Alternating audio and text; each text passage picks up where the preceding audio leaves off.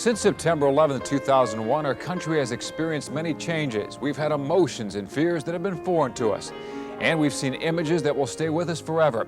During NBC 25 News, we brought you reaction from the public and our country's leaders. But one voice has not been heard, the voice of our country's future. Over the next half hour, we'll hear from local children and see how patriotism works from a kid's point of view. Patriotism to me means like pledging your allegiance, your loyalty to your country. It's more like a feeling to me that I get when I see a flag or people praying after a national tragedy. Patriotism to me means to be able to protect and serve with your country's ideals and interests with pride. Do you feel like you know a lot more about patriotism now since 9/11? And do you feel that your parents and your adults are more patriotic than young people? I don't think it's really like the parents being more patriotic than the kids. I think that we're all more patriotic because of what happened. It's not really who's more patriotic. Do you think it's the kind of thing that maybe in time that maybe we'll take for granted and we'll kind of forget again? I think that since September 11th that our patriotism has definitely gotten more great, and I know that in time it'll probably fade away, but it'll always be stronger than what it was before. I think after September 11th, the entire nation came together and everybody was more patriotic. The same thing happened during World War II, and after World War II was over, a few years later, patriotism went down in scale. So I think in a few years, maybe even less than that, that people will still be patriotic, but not as much as they were in the year or so following September 11th. Are there other ways that we can be more patriotic? Are there other things that maybe we can do in the school or maybe in your neighborhood or at home?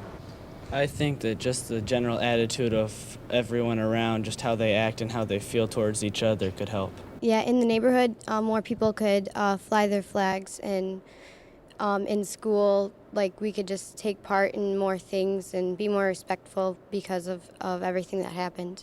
I think in schools they could have the students recite the Pledge of Allegiance, and more people could put out flags, and that we can all come together more. Well, you mentioned the Pledge of Allegiance. I know you guys have heard the controversy that someday maybe the Pledge of Allegiance won't be recited, at least in the public schools. What do you make of that? Does that sadden you? Do you understand why that's happening? Yes, that saddens me. It seems like now they only enforce the younger children in elementary to recite the Pledge of Allegiance. The older children don't say it as much, and that is not, I think that saddens me a lot. I think that the under God part of the pledge is very important to the country because the pledge was actually written in 1892, but the under God part was not added until 1954 because our president thought that was an important part of our country, and they amended it into the pledge, the Congress did. But our country was founded on religious beliefs, and people came to this country for religious freedom, and we need to recognize that. And that's also part of patriotism, is religion is a part of this country, and we need to keep it that way. I guess the other view of that, the person that's brought this suit in the courts feels like he's an atheist and feels like the term God is being forced down his throat. And if this country was founded on religious beliefs, he has a right to maybe not have God thrown in his face.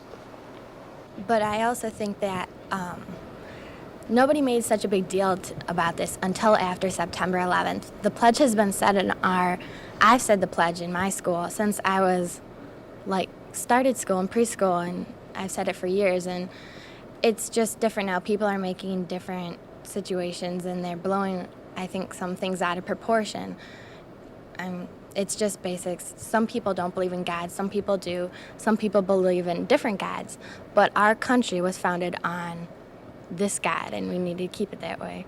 It doesn't necessarily have to mean one specific God. I think that you should just think of it as whoever you believe in or whatever you look up to. I mean, it shouldn't have to be changed just because of one side's views on that.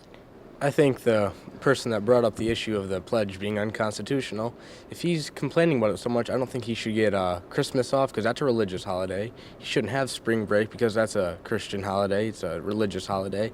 And this may sound kind of strange, but he shouldn't be able really to have cash in the form of like dollar bills because it says, "In God we trust" on it. Is he going to make a big deal about this and go try to change our money now and change our holidays?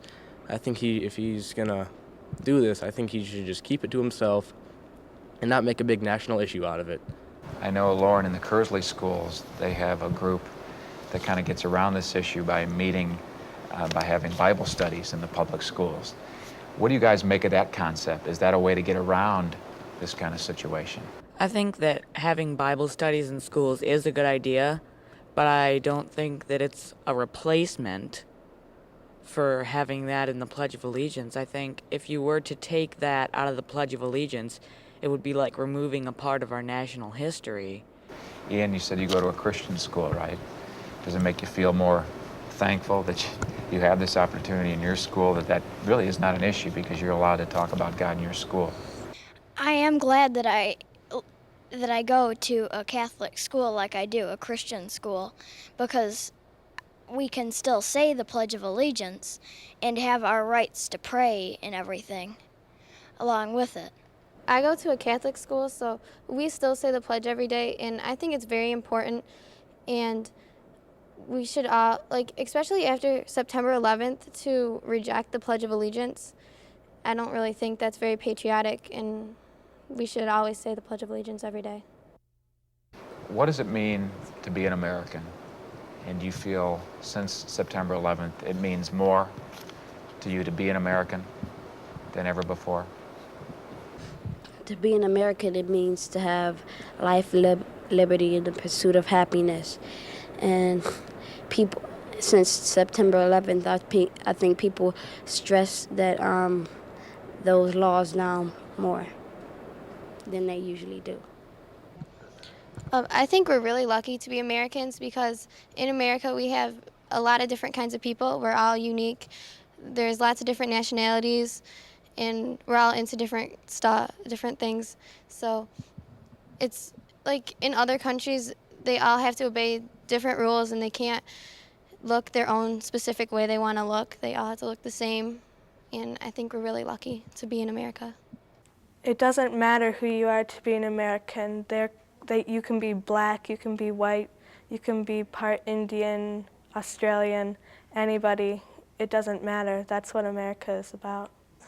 To be an American means to me to have equal civil rights, be the same as everyone else, be able to vote for what I want, to be able to say what I feel.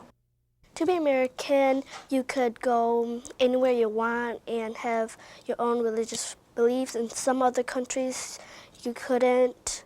That means a lot. In a free country, you can make a lot of your own choices, and in a not-so-free country, you have to obey a lot of rules and can't make a lot of your own choices. In a free country, we can say whatever we want and dress like we want and print things that we want. And in other countries, you could get arrested or killed for doing those things.